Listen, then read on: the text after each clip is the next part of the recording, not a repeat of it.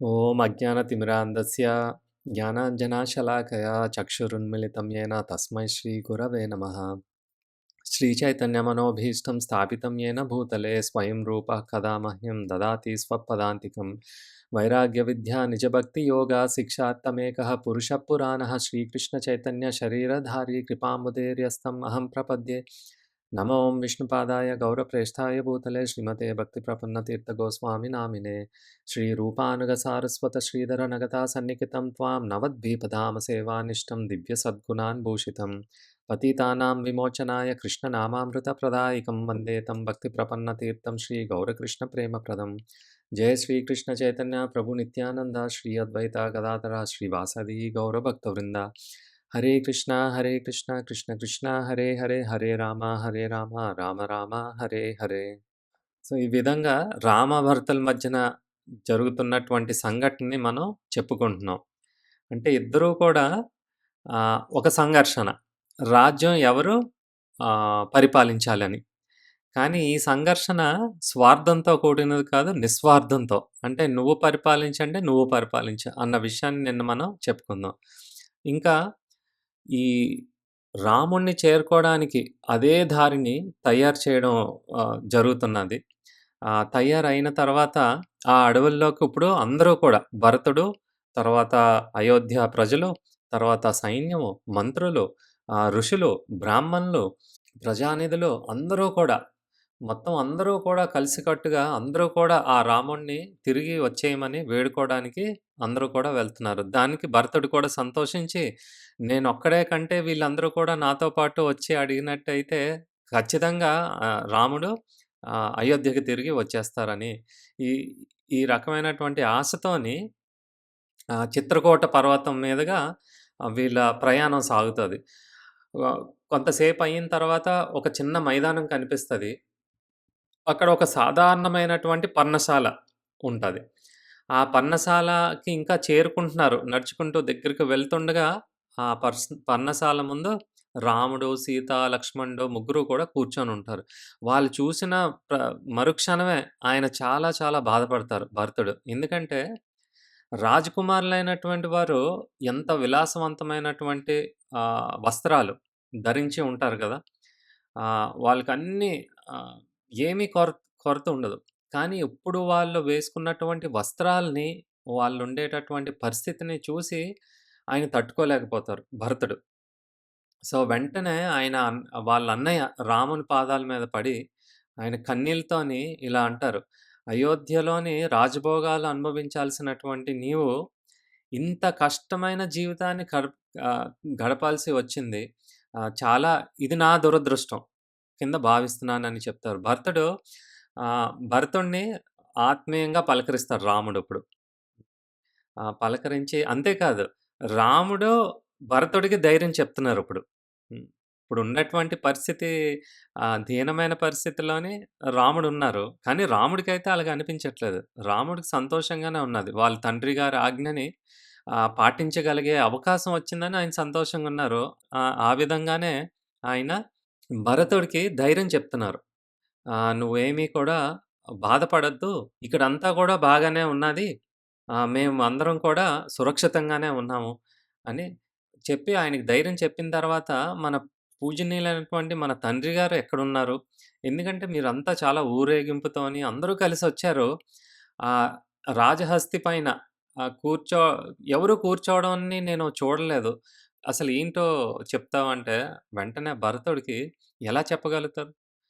ఆయన ఆయన గొంతులోంచి మాటే రాదు. రాముడు ఎప్పుడైతే ఈ విషయాన్ని తండ్రి గురించి అడిగారో, కొంత సమయం తర్వాత ఆయన ధైర్యాన్ని తెచ్చుకొని, మన మహనీయుడైనటువంటి తండ్రి గారు అంటే అయోధ్య రాజు ఇక మన మధ్య లేరు అన్న విషయాన్ని ఆయన తెలియజేస్తారు. అది విన్న వెంటనే రాముడికి తీవ్రమైనటువంటి దుఃఖం వస్తది. ఎందుకంటే వా వాళ్ళ తండ్రంటే అంత ప్రేమ. ఆయన్ని అయినప్పటికి కూడా అంత దుఃఖంలో కూడా రాముడు తన మనసుని ఆధీనంలోకి తెచ్చుకొని, వెంటనే దగ్గరుండేటటువంటి ఒక నదికి వెళ్ళి, వాళ్ళ తండ్రికి జలతర్పణం చేస్తారు. ఆ తర్వాత ఈ రాజధర్మం పట్ల ఉన్న బాధ్యత ఆహ్, ఎవరు ఇప్పుడు చూసుకుంటారు అనేటటువంటి ఆలోచన కూడా వస్తది. సింహాసనం పైన ఎవరు కూర్చుంటారు? ఈ శత్రువుల నుంచి, దుండగుల నుంచి అయోధ్యని ఎవరు కాపాడుతారు? అనేటటువంటి ఆలోచనొస్తది. ఈలోపే ఈ భరతుడు ఈ సందర్భాన్ని ఆహ్, ఆహ్, పసిగట్టి ఆయన వినయంగా రాముడిని వేడుకుంటారప్పుడు. "అన్నయ్య ఆ సింహాసనం నీకే చెందుతది. నేను దాని పైన కూర్చుంటే ఒక గద్ద స్థానంలోని కాకి కూర్చున్నట్టుంటది." అంటే గద్ద చాలా వీరత్వంతో ఉంటది కదా! కానీ కాకికి, గద్దకి అసలు పోలికే కాదు వాటికి. అందుకోసం ఈ ఉదాహరణ ఇస్తారు. రాముడు ఎంతో అయినా కూడా రాముడు రాజ్యానికి రావటానికి ఒప్పుకోరు. ఎప్పుడైతే రాజ్యానికి రమ్మని అడుగుతారో చూద్దాంలే, నాకు కొంత సమయాన్నివ్వు, ఆలోచిస్తాను, ఏది సరైనదో ఇవేవి చెప్పలేదు. ప్రతిసారి కూడా రాముడు స్పష్టంగా తన నిర్ణయాన్ని చెప్తూనే ఉన్నారు. ఆయనేం చెప్పారంటే, ఈ సమయంలోని మన తండ్రి గారు లేనప్పుడు ఆయనని ఏ రకంగా నేను సేవించుకోవాలి? ఆయనకి నేను చేయగలిగిన ఆఖరి సేవ ఏటంటే, ఆయన మాటని గౌరవించడమే నా ఆఖరి సేవ ఇది. అదే కదా! ఆళ్ళ తండ్రి ఈ శరీరాన్ని విడిచిపెట్టి దశరథ మహారాజు శరీరాన్ని విడిచిపెట్టి వెళ్ళకముందు ఇచ్చినటువంటి మాట ఆహ్, రాముడు. మరి దాన్ని ఉల్లంఘించడం ఎలాగా? అది సేవించినట్టు కాదు కదా! వాళ్ళ నాన్నగారిని గౌరవించినట్టు కాదు. అందుకోసమే ఆయన ఎట్టి పరిస్థితుల్లోని ఆయనిచ్చినటువంటి వాగ్దానాన్ని నెరవేరుస్తానని భరతుడికి చెప్తారు. నేనిక్కడే అడవిలో ఉంటాను. భరత నువ్వు రాజ్యాన్ని పాలించు అని చెప్తారు. ఇలాంటి సమాధానం వస్తదని భరతుడు ముందే ఊహించారు. వెంటనే అతనంటారు, "అవునన్నయ్య తండ్రి మాట తప్పక గౌరవించాలి. అందుకే నేను నీ స్థానంలో అడవిలో ఉంటాను. నువ్వు తిరిగి వెళ్లి రాజ్యాన్ని చూసుకో. అలా చేసినట్టయితే తండ్రి మాట నిలబెట్టినట్టు ఉంటది. అయోధ్యకి యోగ్యమైనటువంటి రాజు కూడా లభిస్తాడు." చూడండి ఎంత బాగా చెప్తున్నారు. అయోధ్యకి ఏదో రాజు వద్దు. యోగ్యమైనటువంటి రాజు. ఈనాడు మనల్ని పరిపాలించేటటువంటి ఈ నేతలు ఒక్కరికి కూడా యోగ్యం అనేది లేదు. మనల్ని పరిపాలించేటటువంటి వాళ్ళు చేసేటటువంటి పనులు, వాళ్ళు చేసేటటువంటి అరాచకాలు, సామాన్యమైనటువంటి ప్రజల నుంచి దోచుకోవడం వాళ్ళకెక్కడున్నది యోగ్యత? అసల ఎలా పరిపాలించాలనేటటువంటి జ్ఞానం కూడా లేని వారు ఆ కుర్చీలో కూర్చుంటున్నారు. ఆ కుర్చీలో కూర్చోడానికి ఎంతటికైనా బరి తెగిస్తారు. ఎవరినైనా చంపుతారు. ఎంత మోసమైనా చేస్తారు. ఏమైనా చేస్తారు. కానీ ఇక్కడ చూడండి, నువ్వు కాదంటే నువ్వు. యోగ్యమైనటువంటి రాజుండాలి ఎప్పుడు కూడా. అందుకోసమే అప్పుడు ఈ ఓట్లేయడాలు, ఈ ఓట్లు సాధారణమైనటు ప్రజలకి రాజుకు ఉండవలసినటువంటి వాల్యూస్, గుణాలు ఏంటో వాళ్ళకెక్కడ తెలుసు? రాజ్య పరిపాలన గురించి వాళ్ళకెక్కడ తెలుసు సాధారణమైనటు ప్రజలు.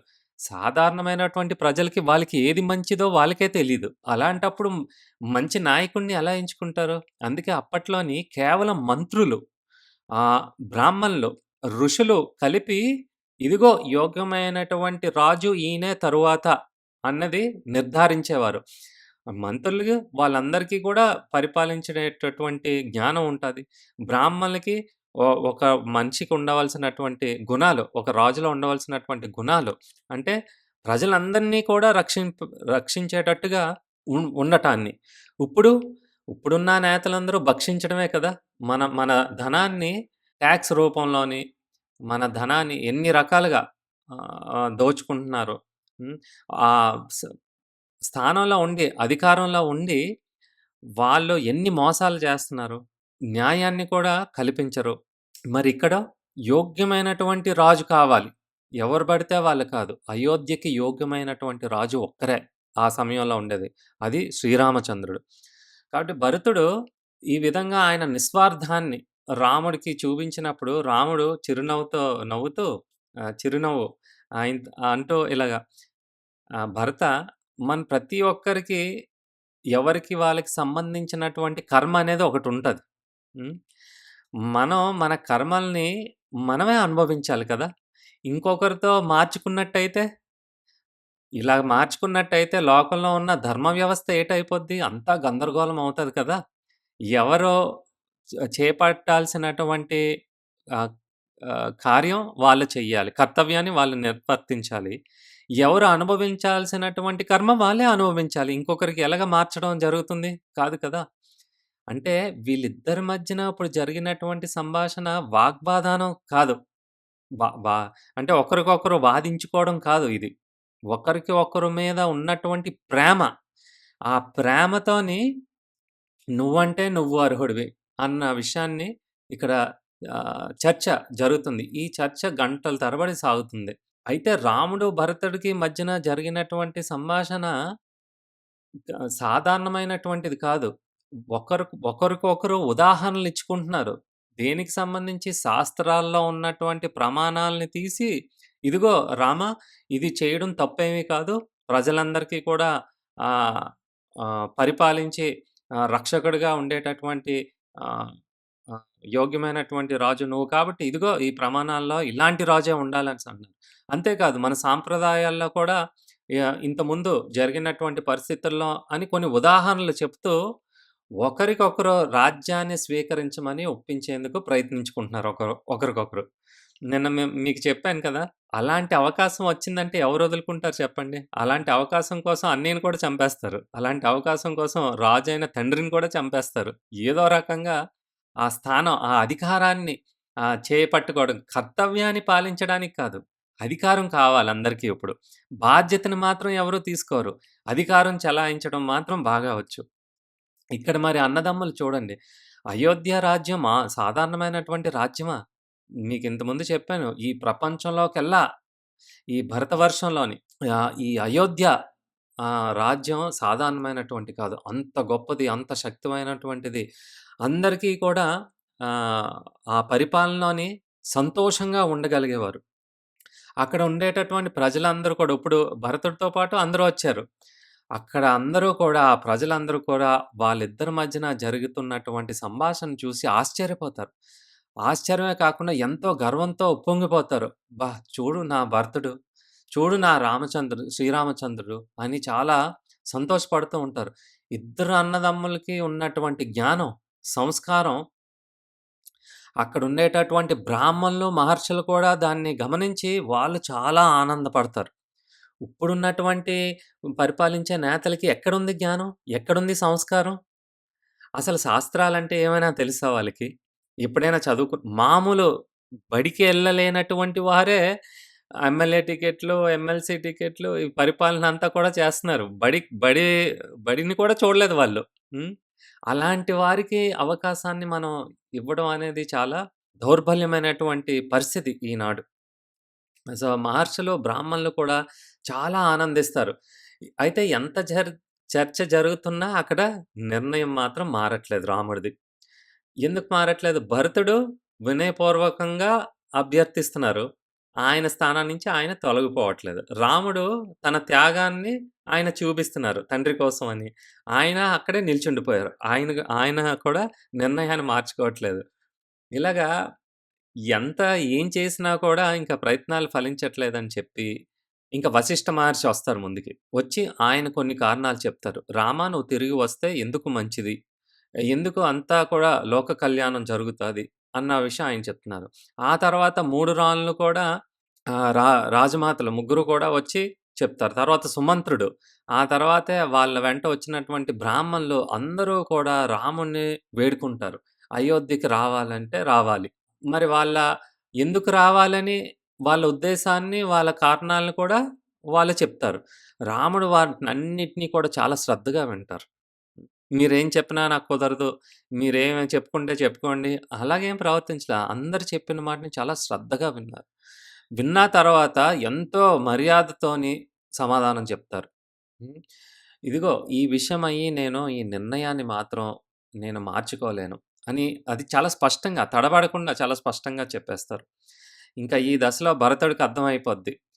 ఏం చేసినా కూడా రాముడు ఆయన మాట మార్చుకోరు. ఇంకో రకంగా ఆలోచించొచ్చు భరతుడు కదా! రాముడు వనవాసానికెళ్ళడానికి భరతుడేం కారణం కాదు కదా! ఆయన తప్పేం లేదు. ఇంకొకటి రాముడిని తిరిగి రమ్మని వేడుకుంటున్నారు. అయినా కూడా ఆయన రావట్లేదు. కాబట్టి ఇప్పుడు ఆయన తప్పు లేదు కాబట్టి ఆయన రాజ్యాన్ని స్వీకరించొచ్చు కదా! ఆయన ప్రయత్నం చేశారు. రావట్లేదు. ఇప్పుడు రాజ్యాన్ని భరతుడే ఏలొచ్చు. అలాంటి అది కూడా మంచి ఆలోచనే కదా! కానీ భరతుడు అలాగా ఆలోచించరు. అసలెవరైనా సరే ఒక గొప్ప రాజ్యం వాళ్ళకి చేజిక్కుతుందంటే దేవుడిచ్చిన వరం కింద దాన్ని స్వీకరిస్తారు. తిరస్కరిస్తారా ఎవరైనా? ఇక్కడ భరతుడు తిరస్కరిస్తున్నారు. కానీ భరతుడు మాత్రం అస్సలు ఏ విధంగా కూడా అలాంటి నేను రాజ్యాన్ని ఇంక తప్పదు కదా! ఇంక రాముడు రానంటున్నారు కదా! నేనేం తప్పు చేయలేదు కదా! ఈ రాజ్యాన్ని నేనే ఏలుతానని ఇప్పుడు కూడా ఆయన దాన్ని స్వీకరించట్లేదు. ఆ రకమైనటువంటి ఆలోచన కూడా ఆయనకి కదలట్లేదు. అందుకే ఇప్పుడైతే అధికారాన్ని అవకాశంగా చూస్తారు కానీ, కర్తవ్యాన్ని ధర్మంగా పాటిద్దామని ఎవరు కూడా చూడరు. ఈ ఈ విషయాన్నే మనం ఈ రాముడు, భరతుడు మధ్యన జరిగినటువంటి సంఘటన నుంచి మనం గుర్తుపెట్టుకోవాలి. ఎప్పుడూ కూడా అధికారం కోసం మనం జీవించకూడదు. కర్తవ్యాన్ని పాటించడం కోసం, ధర్మాన్ని పాటించడం కోసం, బాధ్యతలు తీసుకున్న కో దానికోసం మనం మన జీవితం అంతా కూడా ఆహ్, ఆహ్, ఈ రకంగా జీవించాలి. అప్పుడే మనం ఎప్పుడు కూడా సంతోషంగా, సంతృప్తిగా ఉంటాం. కేవలం అధికారం కోసం మనం అవకాశవాదులుగా మారి దాన్ని ఏ రకంగా మన సుఖానికి, సౌకర్యానికి ఉపయోగించుకోవడాన్ని ఎప్పుడైతే చూసామో, వెంటనే మనం పడిపోతాం. దిగజారిపోతాం. డబ్బయితే ఉంటాది కానీ, నిజమైన ఐశ్వర్యం ఒక మనిషికి ఉండేటటువంటి మంచి గుణాలు. అది అలంకరణ అంటే. మనిషికి అలంకరణ బంగారం నెక్లెస్‌లు, వడ్డాణాలు కాదు. నిజంగా మనిషికి ఉండేటటువంటి అలంకరణ ఏంటంటే, వాళ్ళు పెంపొందించుకునేటటువంటి మంచి గుణాలు, సత్వగుణాలు. అది. రాముడు తిరిగి వస్తాడన్న ఆశ ఇప్పుడు పూర్తిగా చచ్చిపోయింది భరతుడికి. ఇంకా ఆఖరి చివరి ప్రయత్నం ఒకటి చేస్తారు. ఏంటది? నేనిక్కడ అరణ్యంలో నేలపైనే కూర్చుంటాను. రాముడు రాజ్యాన్ని స్వీకరించిన వరకు నేనిక్కడే కూర్చొనుంటాను. కదలను. నేను ఉపవాసంతో ఉంటాను అని ప్రకటిస్తారు అందరికి. అందరూ కూడా అక్కడ చాలా ఆశ్చర్యంగా నిలబడిపోతారు. ఇప్పుడు రాముడు ఏమంటాడా అని ప్రతి ఒక్కరు కూడా చాలా ఆతృతగా చూస్తున్నారిప్పుడు. ఎందుకంటే ఇప్పుడు భరతుడు అక్కడి నుంచి కదిలి వెళ్లరు. అది ఏమి ముట్టుకోరు. నీరు ముట్టుకోరు. ఆహ్, అన్నాన్ని కూడా ఆయన స్వీకరించరిప్పుడు. ఇప్పుడు ఏం జరుగుతాది? అందరూ ఇప్పుడు రాముడు ఏం చేస్తారు? ఏ విధంగా చెప్తారు? కొంతవరకు కొద్దిసేపటి వరకు నిశ్శబ్దంగా ఉంటారు రాముడు. కొద్దిసేపయిన తర్వాత రాముడు ముందుకొచ్చి, "భరతుడా లే నాయనా! ఎందుకు నువ్వు ఇంతటి నిర్ణయాన్ని నువ్వు తీసుకున్నావని" అతన్ని చాలా ప్రేమతో హృదయానికి దగ్గరికి తీసుకొని, ఆయన్ని ఆలింగనం చేసుకొని, తర్వాత ఇలా మాటతో "భరతా! నిజంగా నీ ప్రేమ నన్ను జయించింది." ఇక్కడ మీరు చాలా శ్రద్ధగా ఆలోచించవలసిన విషయం ఏంటంటే, భగవంతుడు మొత్తం ఈ అన్ని సృష్టుల్ని కూడా ఆయనే మొత్తం నియంత్రిస్తూ ఉంటారు. ఆయనే పరిపాలిస్తూ ఉంటారు. ఆయన అదుపులోనే మొత్తం అంతా ఉంటది. ఆయనే కంట్రోల్ చేస్తూ ఉంటారు. అంతటిని కూడా భగవంతుడు. మరి అలాంటి భగవంతుడిని ఎవరైనా కంట్రోల్ చేయగలరా? ఏదైనా ఉంటదా అది అలాంటి భగవంతుడిని కంట్రోల్ చేసేది? అదుపులోకి తీసుకురాగలిగేది? ఉన్నది. ప్రేమ. అందుకే యశోదామాత ప్రేమలోనే ఆయన లొంగిపోతారు. శ్రీమతి రాధారాణి ప్రేమలో కృష్ణుడు లొంగిపోతారు కదా! యశమ ఆహ్, యశోదామాత దగ్గర కృష్ణుడు లొంగిపోతారు. ఆమె రువ్వ పట్టుకొని రెండేస్తున్నా కూడా వేయించుకుంటారు ఆయన కదా! ఆ! అలాగే సుధామ లాంటి స్నేహితుడికి కూడా లొంగిపోతారు. ఆయన పాదాలు కడుగుతారు. చూడండి భగవంతుడు మనకెంత అహంకారం ఉంటది. అసలు భగవంతుడికి చిన్నది కూడా అహంకారం ఉండదు. లేకపోతే అంత పెద్ద స్థానంలో ఉన్నటువంటి ఆయన ఒక బీద బ్రాహ్మణుడి అలా చూడలేదు. నా ప్రాణ స్నేహితుడు. అంతేకాదు గొప్ప బ్రాహ్మణుడు. అందుకే ఆయన పాదాలు కడిగారు కదా కృష్ణుడు. అంటే కృష్ణుడి కన్నా గొప్పవాడు సుధామ అని కృష్ణుడు అనుకుంటున్నారు. సుధామ ఏమనుకుంటున్నాడు? కృష్ణుడే గొప్పవాడు అనుకుంటున్నారు.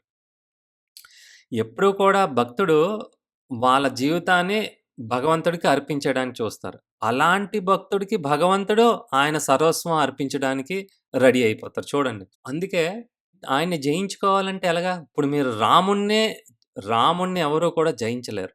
హ్మ్. అలాగే కృష్ణుడిని ఎవరు కూడా జయించలేరు. భగవంతుడిని ఎవ్వరు కూడా జయించలేరు. ఆయనకున్నేటటువంటి అపారమైన శక్తి. ఆహ్, ఎవరు జయించగలరు? జయించగలరు. ఎవరైతే ప్రేమిస్తారో భగవంతుడిని, ఆ ప్రేమతోని జయించగలుగుతారు. కొట్లాటతోనో, అహంకారంతోనో, మీ శక్తితోనో ఎప్పటికీ కూడా మనం గెలుచుకోలేము భగవంతుడిని. ఒకే ఒక్కటి ప్రేమ. ఒక్కొక్కసారి భగవంతుడు ప్రేమకి దాసుడయిపోతారు. చూసారా? భగవంతుడు దాసుడవడం ఏంటి? భగవంతుని దాసులం మనం.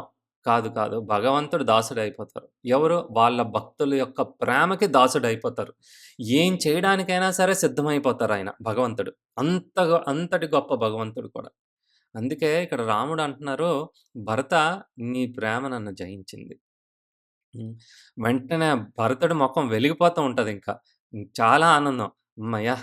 రాముడిప్పుడు ఒప్పేసుకున్నారు. ఇంకొచ్చేస్తారు. అంటే ఈ విధంగా మాట్లాడుతూ ఇంకా అక్కడికి ఆపలేదు రాముడు. ఆయన ఆనందంగా ఉన్నారు. మొఖంలో ఆనందం కనిపిస్తుంది భరతుడు. చాలా సంతోషపడిపోతున్నారు. భరత నీ ప్రేమ నన్ను జయించిందని ఇంకొక మాట కూడా అంటారు. నీవు నాకు అర్పిస్తున్న రాజ్యాన్ని నేను స్వీకరిస్తున్నాను. సంతోషం. అంటే రాముడు స్వీకరించారు రాజ్యాన్ని. కానీ మన తండ్రి ఇచ్చిన మాటను కూడా నేను గౌరవిద్దాం అనుకుంటున్నా. అందుకే ఈ 14 సంవత్సరాలు వనవాస కాలంలోని ఈ రాజ్యాన్ని నేను నీకు అప్పగిస్తున్నాను. నువ్వు పరిపాలించాలి. 14 సంవత్సరాలే. నేను తిరిగొచ్చిన తర్వాత ఈ రాజ్యాన్ని ఈ రాజ్యం నాదే.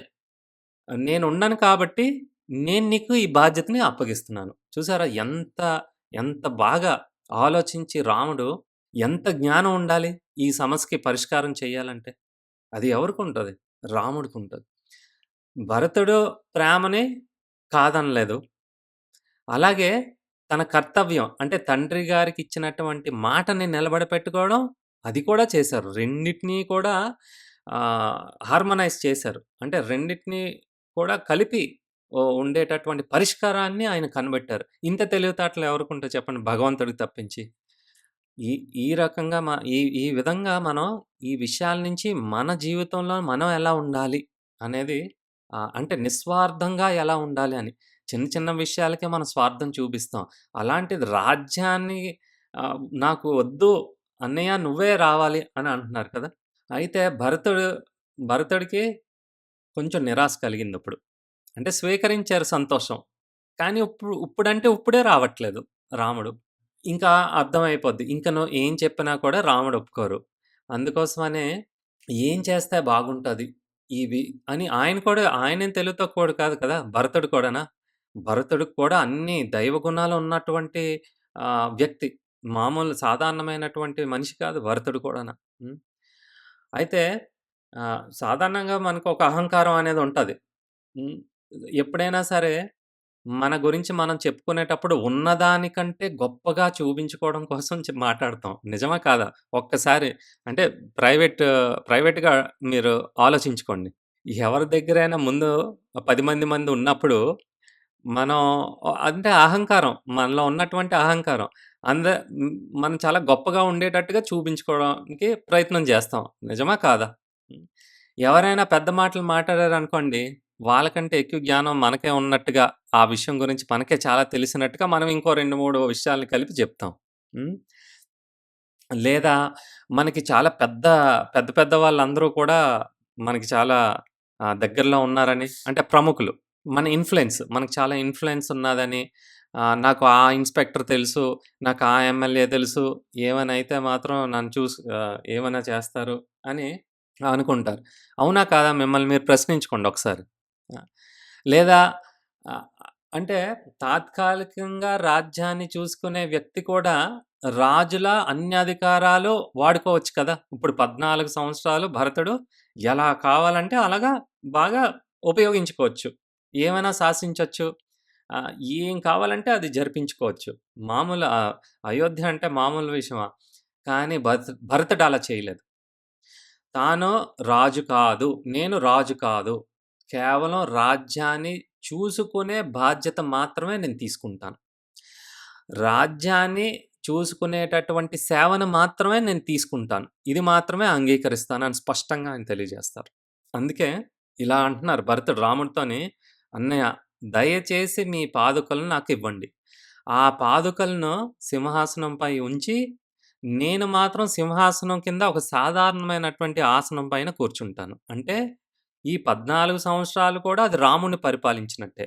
అంటే ఏ శాసనం చేసినా, ఏ తీర్పు చెప్పినా, ఏ నిర్ణయం తీసుకున్నా అది రాముడికి ఆయన హృదయానికి, ఆయన మనసుకి ఎలాగ నచ్చుతాదో, ఎలాగ చేస్తారో రాముడు అటువంటి నిర్ణయాన్నే ఈయన కూడా చెప్తారు. అది చెయ్యాలంటే ముందు రాముడు హృదయం అంటే ఏంటో పూర్తిగా తెలుసుకోవాలి కదా! ఆయన, ఆయనెలా ఉంటారో, ఆయన నడవడిక ఎలాగుంటది, ఆయన ఎలా ఆలోచిస్తారు, ఆయన తీర్పునెలా చెప్తారు, ఆయన సామర్థ్యం ఏంటి, ఇవన్నీ తెలిసిన వారు ఎవరు? భరతుడు. కాబట్టి నేను ఆ సింహాసనం మీద కూర్చోను. నేను ఏమివ్వను. మీరే ఆ స్థానాన్నించి మీ పాదుకల ద్వారా అంటే ఆ పాదుకలే ఈయన మనసుకి స్ఫూర్తిని కలిగిస్తది. అర్థమవుతుంది కదా! ఆ పాదుకలకి దండం పెట్టుకొని, ఆ పాదుకల్ని పూజించుకొని, ఆ పాదుకల కిందన కూర్చొని ఆయన ఇప్పుడు రాముడే అది పరిపాలిస్తున్నట్టుగా ఆయన బదులుగా ఈయన సమాధానాలు చెప్తూ ఉంటారు. అది రాముడు చెప్పినట్టుగానే చెప్తారు. ఇది మామూలు విషయం కాదు కదా! ఇది ఎంత కష్టమైనటువంటి విషయం. ఆహ్, అని చెప్పి భరతుడు చూడండి భరతుడు ఎంత వినయంతో చెప్తున్నారు. ఇంకా వినయంతోనే ఉన్నారు. నీకిష్టం లేకపోతే నిన్ను అడగాల్సింది అడిగాను. నువ్వు ఒప్పుకోకపోతే నన్నేం చేయమంటావు? నాదేదో నేను చూసుకుంటాను అనలే. ఇంకా వినయంగా ఉన్నారు. ఇంకా త్యాగాన్ని ప్రదర్శిస్తున్నారు. ఇంకా నిస్వార్థతంతోనే ఉన్నారు. ఇది మనందరికీ చాలా స్పష్టంగా అర్థమవుతుంది కదా! భరతుడు భరతుడి నుంచి ఏం నేర్చుకోవాలనే విషయం కూడా మనకు అర్థమవుతుంది కదా! ఈ విధంగా భరతుడు రాజసభలోని కనిపించే స్థానం తన హృదయంలో ఉన్న భావనకు ఆహ్, తగినట్టుగానే ఉంచుతారు. అంటే రాముడు నిజమైన రాజు. తను మాత్రం ఆ రాజుకి సేవకుడు. అర్థమైంది కదా! ఈ విధంగా ఆయన చెప్తారు. రాముడు పాదకులు ఇచ్చిన వెంటనే భరతుడు వాటిని భక్తితోని స్వీకరిస్తారు. స్వీకరించి ఏదైనా సరే పూజనీయమైనటువంటి వస్తువు ఏమైనా ఉంటే మనం ఏం చేస్తాము? వెంటనే మనం తలపైన పెట్టుకుంటాం కదా! భగవంతుడి పాదాలకు అర్పించినటువంటి పువ్వులు పూజారి గారు మనకిచ్చిన వెంటనే ఏం చేస్తాం? తలకి అద్దుకుంటాం గదా! ప్రసాదం ఇచ్చారనుకోండి చేతిలో పెడితే ఏం చేస్తాం? అంటే భగవంతుడు పూజనీయటువంటి వాడు. భగవంతుని వస్తువు, భగవంతుని ప్రసాదం కూడా పూజించదగ్గది. అందుకే మనం శిరస్సు పైన ఒకసారి ఇలాగా తగిలించుకొని అప్పుడు ప్రసాదాన్ని స్వీకరించడం, ఆ పువ్వుని స్వీకరించడం, కళ్ళకద్దుకుంటాం. మన నుదిటి మీద పెట్టుకుంటాం. ఆ రకంగానే రాముడు పూజింపదగినటువంటి వాడు, రాముడు తొడిగినటువంటి పాదుకలు కూడా అంతే సమానంగా పూజింపదగినటువంటివి. అందుకే ఆయన శిరస్సు పైన, ఆయన తలపైన పెట్టుకొని ఆఖరిగా ఒక కోరిక కోరుతారు వాళ్ళన్నయ్య. ఏం కోరికో చూడండి.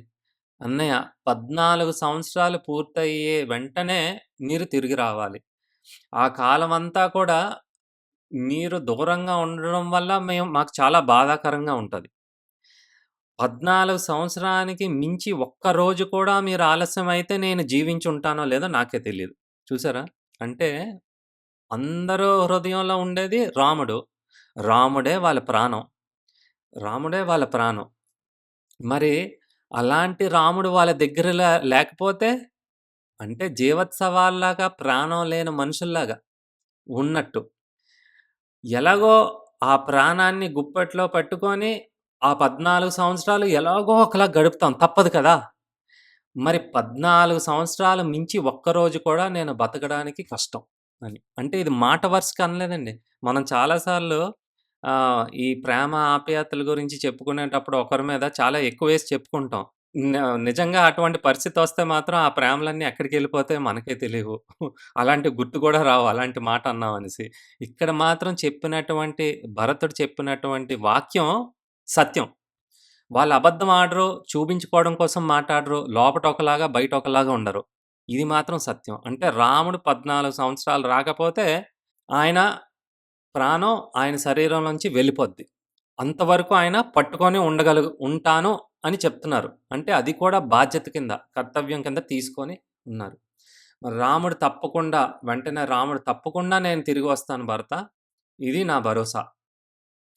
అని చెప్పగానే ఈ విధంగా భరతుడు అయోధ్యకి బయలుదేరిపోతారు. చాలా కన్నీళ్లతోని, చాలా బాధతోని అంటే అన్నయ్య నా దగ్గర లేరు కదా! అని ఆయన బయలుదేరిపోతారు.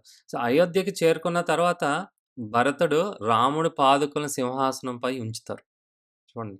సింహాసనంపై పాదుకలు అంటే ఆయన త్యాగానికి, నిస్వార్థానికి ఇంత గొప్ప చిహ్నం మీకెక్కడ ఏ పురాణంలోని, ఏ చరిత్రలోని, ఏ శాస్త్రంలోని మీకిది కనిపించదు. కేవలం ఒక్క రామాయణంలోనే కనిపిస్తది మీకు. సింహాసనం మీద పాదుకలు పెట్టి పరిపాలించడం ఏంటి? ఎక్కడైనా ఉంటదా? ఇక్కడ రామాయణంలోని చూస్తా. ఈ రోజుల్లోని అన్నయ్యకి, తమ్ముడికి మధ్యన సంబంధం అంత ఎక్కడైనా మనకు కనిపిస్తదా? పోనీ ఎవరైనా "అన్నయ్య నీ పాదుకలియ్యు, నేను పూజించుకుంటాను." అంటే అన్నయ్య కూడా ఆ పరిస్థితిలో ఉండడులెండి. అంత పూజనీయంగా ఉండేటటువంటి పరిస్థితిలో ఉండరు. ఇటు తమ్ముడు కూడా. మహా అయితే ఆహ్, తేడాలొచ్చాయంటే అదే చెప్పుతోని అన్నయ్యని కొడతారు. అది ఇప్పుడున్న కలియుగం. ఆ రకంగా నడుస్తుంది. సో, ఈ 14 సంవత్సరాల పాటు భరతుడు రాజుగా అన్ని బాధ్యతలు మోసారు. అన్ని బాధ్యతలు. మొత్తం రాజ్యంలో ఉన్నటువంటి అన్నీ. కానీ ఒక రాజుకు దక్కినటువంటి సౌకర్యాలేవి మాత్రం ఆయన పుచ్చుకోలేదు. అన్నీ తిరస్కరించేసారు. మరి రాజ్యంలోనే కదా ఉంటున్నారంటే కాదు. ఆ భవనంలో మాత్రం ఆయన లేరు. హ్మ్. ఆయన నగరానికి బయట నంది గ్రామం అనే ఒక చోటల ఒక గుడిసెలో నివసించారు భరతుడు. అన్ని 14 సంవత్సరాలు గుడిసెలో నివసించారు. విలాసవంతమైనటువంటి ఆహారాన్ని తీసుకోలేదు. అడవిలోని ఎలాంటివి దొరుకుతాయో అది మాత్రమే ఆయన స్వీకరించారు. వస్త్రధారణ కూడా రాముడు, లక్ష్మణుడు ఎలాంటి వస్త్రాలు వేసుకున్నారో అలాంటి వస్త్రాలు మాత్రమే ఆయన ధరించారు. అన్నింటిలోని కూడా రాముడు అడవిలో ఎలా జీవిస్తున్నారో అలాగే తాను కూడా జీవించారు భరతుడు కూడా. అడవిలో రాముడు తపస్సు చేస్తే రాజ్యంలో భరతుడు అంతే త్యాగాన్ని ఆచరించారు. అంతే తపస్సుని ఆయన తీసుకున్నారు. ఈ రోజుల్లోని మీకు చెప్పాను కదా! బాధ్యతలు ఎందుకు తీసుకోరు. సౌకర్యాల కోసం అధికారాన్ని చేపట్టాలనుకుంటారు. అలాంటి నాయకులు. దానికి విరుద్ధంగా ఇక్కడ భరతుడు ఏం చేశారో చూసారా? బాధ్యత మాత్రమే కావాలి. సౌకర్యం ఆయనకక్కర్లేదు. అన్నయ్య ప్రేమ మాత్రమే కావాలి. రాజ్యం ఆయనకక్కర్లేదు.